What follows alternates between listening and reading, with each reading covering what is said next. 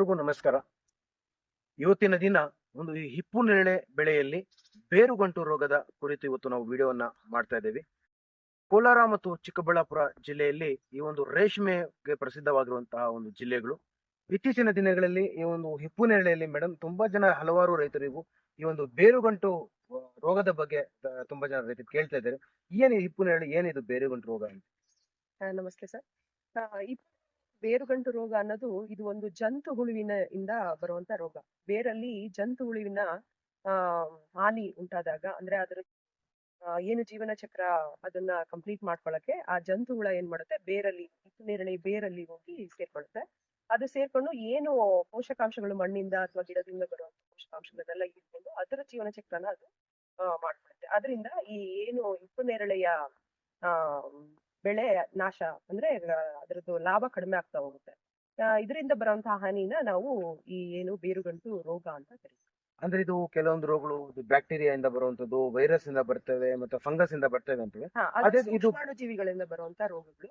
ಇದಾದ್ರೆ ಜಂತು ಹುಳು ಸರ್, ಮೆಲೋಡೋಕೈನಾ ಇಂಟೆಗ್ರೇಟಾ ಅನ್ನೋ ಒಂದು ಪ್ರಭೇದದಿಂದ ಬರುವಂತ ಜಂತು ಹುಳುವಿನಿಂದ ಬರುವಂತ ಹಾನಿ. ಮೇಡಮ್, ಈಗ ಒಂದು ಬೇರುಗಂಟು ರೋಗ ಬಂದಿದೆ ಅಂತ ಹೇಳಿದ್ರೆ ಅದರ ಒಂದು ಲಕ್ಷಣ ಯಾವ ತರ ಇರ್ತದೆ? ಇವಾಗ ನೋಡಿ, ಇದರ ಬೆಳವಣಿಗೆ ನೋಡಿ. ಇದು ಆಕ್ಚುಲಿ ಮರಕಡ್ಡಿ ಪದ್ಧತಿಯಲ್ಲಿ ಮಾಡಿರುವಂತ ಹಿಪ್ಪು ನೇರಳೆ ತೋಟ. ಈ ಏನು ಮರಕಡ್ಡಿಯಲ್ಲಿ ತುಂಬಾ ಕಡಿಮೆ ಇರುತ್ತೆ ಜಂತು ಹುಳುವಿನ ಕಾಟ. ಆದ್ರೆ ಏನು ಸಾಲು ಪದ್ಧತಿಗಳಲ್ಲಿ ಮಾಡಿರ್ತೀವಿ ಅದರಲ್ಲಿ ತುಂಬಾ ಜಾಸ್ತಿ ಕಾಣುತ್ತೆ. ಅದರಲ್ಲೂ ಏನು ಮರಳು ಮಿಶ್ರಿತ ಮಣ್ಣು ಇರುತ್ತೆ ಅದರಲ್ಲಿ ತುಂಬಾ ಜಾಸ್ತಿ ಕಾಣುತ್ತೆ. ಅದೇನಾಗುತ್ತೆ, ಬೆಳವಣಿಗೆಯಲ್ಲಿ ಕುಂಠಿತ ಇರುತ್ತೆ, ಕಡಿಮೆ ಇರುತ್ತೆ. ಅದಾದ್ಮೇಲೆ ಹೋಗ್ತಾ ಹೋಗ್ತಾ ಈ ಎಲೆಯ ಬಣ್ಣ ಚೇಂಜ್ ಆಗುತ್ತೆ, ಹಳದಿಗೆ ತಿರುಗುತ್ತೆ. ಅದಾದ್ಮೇಲೆ ಈ ಏನು ಎಲೆಯ ಸೈಜ್ ಇದೆ ಅದು ಸಹ ಕಡಿಮೆ ಆಗುತ್ತೆ. ಕಡಿಮೆ ಆಗ್ಬಿಟ್ಟು ಅದು ಸ್ಪೂನ್ ಹಿಂಗೆ ಮೇಲೆ ಮಡಚಿರುತ್ತಲ್ವಾ, ಆ ತರ ಶೇಪ್ ಅಲ್ಲಿ ಎಲೆಗಳು ಬರ್ತಾ ಇರುತ್ತೆ. ಆಮೇಲೆ ಬೇರಲ್ಲಿ ಇವಾಗ ನಾವು ಸ್ವಲ್ಪ ಒಂದು ಸೈಡ್ ಅಲ್ಲಿ ಮಣ್ಣನ್ನ ತೆಗೆದು ಬೇರ್ನ ತೆಗೆದು ನೋಡಿದಾಗ ಅದರಲ್ಲಿ ತುಂಬಾ ಗಂಟುಗಳು ಕಾಣಿಸ್ತವೆ. ಆವಾಗ ನಾವು ತಿಳ್ಕೊಬಹುದು ಇದರಲ್ಲಿ ಬೇರುಗಂಟು. ಅಂದ್ರೆ ಮುಖ್ಯವಾಗಿ ನೋಡೋದಾದ್ರೆ ಒಂದು ಹಿಪ್ಪು ನೇರಳೆ ಗಿಡ ಏನಾಗಿದೆ, ಎತ್ತರಕ್ಕೆ ಬೆಳೆಯಲ್ಲ, ತುಂಬಾ ಕುಸಿತವಾಗಿ ಇರುತ್ತೆ, ಕುಂಠಿತ ಅದರ ಒಂದು ಗ್ರೋತ್ ಇರುತ್ತೆ. ಅದಾದ್ಮೇಲೆ ಬೇರುಗಳಲ್ಲಿ ನಾವು ಕಿತ್ ನೋಡಿದಾಗ ಗಂಟೆಗಳಿರ್ತವೆ ಅಂತ. ಹಾಗಾದ್ರೆ ಮೇಡಮ್, ಈ ಒಂದು ರೋಗ ಬರುವಂತಹ ವಿವಿಧ ಮೂಲಗಳು ಹೆಂಗೆ ಅಂತ? ಅದೇ ನಾನು ಈಗಾಗ್ಲೇ ಹೇಳ್ದಂಗೆ, ಮರಳು ಮಿಶ್ರಿತ ಮಣ್ಣು ಎಲ್ಲಿ ಜಾಸ್ತಿ ಇರುತ್ತೆ ಅಲ್ಲಿ ಈ ಹಾನಿ ಜಾಸ್ತಿ ಕಾಣುತ್ತೆ. ಮತ್ತೆ ರೈತರು ಈ ನಡುವೆ ಏನ್ ಮಾಡ್ತಾರೆ, ತೋಟ ಬೇಗ ಬರ್ಲಿ ಅನ್ನೋ ಉದ್ದೇಶ ಇಟ್ಕೊಂಡು ಸಸಿಗಳನ್ನ ತಂದು ಮಾಡೋದಿಲ್ಲ, ದುಂಪೆಗಳನ್ನೇ ತಂದು ತಗೊಂಡ್ ಬಂದು ಉಣ್ಬಿಡ್ತಾರೆ. ಆ ದುಂಪೆಗಳಲ್ಲಿ ಇವಾಗ ಎಲ್ಲಿ ಬೇರೆ ಕಡೆ ಇದ್ದಿದ್ದು ಅಲ್ಲಿ ಟ್ರಾನ್ಸ್ಫರ್ ಆಗುತ್ತೆ ನಮ್ಮ ತೋಟಕ್ಕೆ. ಮತ್ತೆ ನೇಗಿಲುಗಳ ಮೂಲಕ, ಇವಾಗ ಆಲ್ರೆಡಿ ಇನ್ಫೆಸ್ಟೇಷನ್ ಇರೋ ತೋಟದಲ್ಲಿ ಏನಾದ್ರು ಅದು ನೇಗಿಲು ಹೋಗಿದ್ರೆ ಅದನ್ನ ನಾವು ತೋಟದಲ್ಲಿ ಮಾಡಿದಾಗ ಆ ರೀತಿ ಬರುತ್ತೆ. ಮತ್ತೆ ಒಂದು ಗಿಡದಲ್ಲಿ ಇರೋದು ನೀರು ಹರ್ಕೊಂಡ್ ಬಂದಾಗ ಆ ನೀರು ಹರಿಯೋ ಮೂಲಕನೂ ಜಂತುಹುಳು ಸ್ಪ್ರೆಡ್ ಆಗುತ್ತೆ. ಈ ಮೂಲಗಳಿಂದ ಜಂತುಹುಳು ಬರುತ್ತೆ. ಓಕೆ ಮೇಡಮ್, ಈಗ ನಮ್ಗೆ ಲಕ್ಷಣಗಳ ಬಗ್ಗೆ ನೀವೆಲ್ಲ ಒಂದು ಕ್ಲೀನ್ ಆಗಿ ಅದನ್ನ ಮಾಹಿತಿಯನ್ನು ನೀಡಿದ್ದೀರಾ, ಯಾವ ಮೂಲಗಳಿಂದ ಅಂತ ಗೊತ್ತಾಗುತ್ತೆ.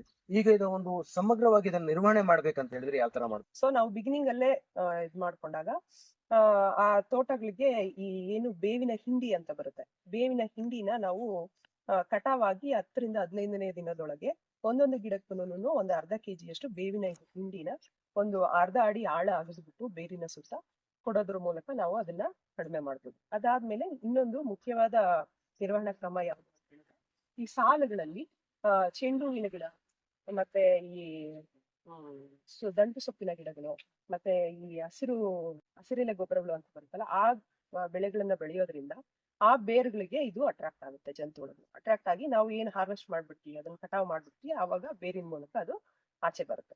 ಈ ಮೂಲಕನೂ ಸಹ ಅದನ್ನ ನಿರ್ವಹಣೆ ಮಾಡ್ಬೋದು. ಅದಲ್ಲದೆ ಈಗ ನಮ್ಮ ಏನು ಕೃಷಿ ವಿಶ್ವವಿದ್ಯಾಲಯ ಬೆಂಗಳೂರು ಈ ಯೂನಿವರ್ಸಿಟಿಯಿಂದ ನಮ್ಗೆ ಒಂದು ಮುಖ್ಯವಾದ ಒಂದು ನಿರ್ವಹಣಾ ಕ್ರಮ ಇದೆ, ಅದು ಜೈವಿಕ ಕ್ರಮ ಅಂತ. ಅದು ಪ್ಯಾಸಿಲೋಮೈಸಿಸ್ ಅಂತ ಒಂದು ಜೈವಿಕ ಗೊಬ್ಬರ ಇದೆ, ಅದು ನೀರಿನ ರೂಪದಲ್ಲಿ ಕೊಡ್ತಾರೆ. ಅದನ್ನ ನಾವು ಇವಾಗ ಒಂದು 5 ಲೀಟರ್, 1 ಎಕರೆಗೆ ಒಂದು 5 ಲೀಟರ್ ಪ್ಯಾಸಿಲೋಮೈಸಿಸ್ ನ ತಗೊಂಡ್ ಬಂದ್ಬಿಟ್ಟು 200 ಲೀಟರ್ ನೀರಿಗೆ ಅದನ್ನ ಬೆರೆಸಿ, 1-2 ಕೆಜಿ ಕಡಲೆ ಹಿಟ್ಟು, 1-2 ಕೆಜಿ ಬೆಲ್ಲ ಅನ್ನ ಬೆರೆಸಿ ಒಂದು ನೆರಳಲ್ಲಿ ಇಟ್ಬಿಡ್ಬೇಕು ಡ್ರಮ್ನ. ಅದನ್ನ 1 ವಾರದವರೆಗೂ ಇಟ್ಬಿಟ್ಟು ಡೈಲಿ ಒಂದ್ಸಲ ಅದನ್ನ ತಿರುಗಿಸ್ಬೇಕು. ಇವಾಗ ಹೆಂಗೆ ಜೀವಾಮೃತ ಮಾಡ್ತೀವಲ್ವಾ ಅದೇ ರೀತಿ ಮಾಡ್ಬಿಟ್ಟು ಅದನ್ನ ಗಿಡಗಳಿಗೆ ಒಂದೊಂದು, ಇವಾಗ ಸ್ವಲ್ಪ ಕಡಿಮೆ ಗಿಡ ಇದೆ ಅಂತ ಹೇಳಿದ್ರೆ ಅದನ್ನ ಜಾಸ್ತಿ ಹಾಕಿದ್ರೆ ಏನ್ ತೊಂದರೆ ಆಗೋದಿಲ್ಲ, ಯಾಕಂದ್ರೆ ಇದ್ರಲ್ಲಿ ಜೀವಾಣುಗಳು ಇರೋದ್ರಿಂದ ಏನು ತೊಂದರೆ ಆಗೋದಿಲ್ಲ. ಒಂದೊಂದು ಗಿಡಗಳಿಗೂ 1 ಲೀಟರ್ ಅಷ್ಟು ದ್ರಾವಣನ ಹಾಕೋದ್ರಿಂದ ಇದನ್ನ ತುಂಬಾನೇ ಕಂಟ್ರೋಲ್ ಮಾಡ್ಬೋದು. ಓಕೆ ಮೇಡಮ್, ಓಕೆ ಸ್ನೇಹಿತರೆ, ಈ ಒಂದು ವಿಡಿಯೋ ಇವಾಗ ನಮಗೆ ಡಾಕ್ಟರ್ ಅರುಣಾ ಮೇಡಮ್ ಅವರು ಏನು ನಮ್ಮ ಕೃಷಿ ವಿಜ್ಞಾನ ಕೇಂದ್ರದಲ್ಲಿ ತಾಂತ್ರಿಕ ಅಧಿಕಾರಿಯಾಗಿ ಇಲ್ಲಿ ಕೆಲಸವನ್ನ ನಿರ್ವಹಿಸ್ತಿದ್ದಾರೆ. ಅವ್ರಿಗೆ ಒಂದು ಬೇರುಗಂಟು ಬೇರುಗಂಟು ರೋಗ, ಅದರ ಲಕ್ಷಣಗಳು ಯಾವ ತರ ಇರ್ತವೆ, ಆ ಒಂದು ರೋಗ ಬರುವಂತಹ ಮೂಲಗಳು ಯಾವುವು, ಮತ್ತೆ ಅದರ ಸಮಗ್ರ ನಿರ್ವಹಣೆ ಕುರಿತು ಎಲ್ಲ ಮಾಹಿತಿಯನ್ನು ನೀಡಿದ್ದಾರೆ. ಮೇಡಮ್, ನೀವು ಈ ಒಂದು ಮಾಹಿತಿ ನೀಡಿದ್ದಕ್ಕೆ ನಿಮ್ಗೆ ಧನ್ಯವಾದವನ್ನ ಅರ್ಪಿಸ್ತೇನೆ. ಇನ್ನು ಹೆಚ್ಚಿನ ಮಾಹಿತಿಗಾಗಿ ನಮ್ಮೆಲ್ಲ ರೈತ ಬಾಂಧವರು ನಮ್ಮ ಕೃಷಿ ವಿಜ್ಞಾನ ಕೇಂದ್ರ ಚಿಂತಾಮಣಿಗೆ ಬಂದು ಭೇಟಿ ನೀಡಿ ಹೆಚ್ಚಿನ ಮಾಹಿತಿಯನ್ನ ನೀವು ತಗೋಬಹುದು.